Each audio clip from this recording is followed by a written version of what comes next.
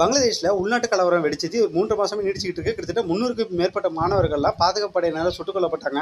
இதனால் ஷேக் ஹசீனா அங்கே தங்க முடியல. ஷேக் ஹசீனா வந்துட்டு 2007ல் பிரதமராக வச்சுக்கிட்டு வர்றாங்க பங்களாதேஷில். 4வது முறையாக உலகத்திலேயே ஒரு முஸ்லீம் கண்ட்ரியில் ஒரு பெண்மணி வந்து நீண்ட காலமாக பிரதமராக வைக்கிறாங்கன்னா ஷேக் ஹசீனா மட்டும்தான். ஷேக் ஹசீனா வந்துட்டு இந்தியாவோட ரொம்ப நாட்களாக நட்புறவு கொண்டாங்க. அதனால் அங்கே ஏற்பட்ட ஒரு புரட்சியினால் அங்கே ராணுவம் வந்துட்டு அவங்களை 45 நிமிஷம் தான் கெடு வச்சிருந்து, இந்த 45 நிமிஷத்துக்குள்ளே நீங்கள் ரிசைன் பண்ணிவிட்டு நீங்கள் இங்கே தப்பிச்சு போயிடுங்க அப்படின்னு சொன்னாங்க அங்கே உள்ள ராணுவ தளபதி.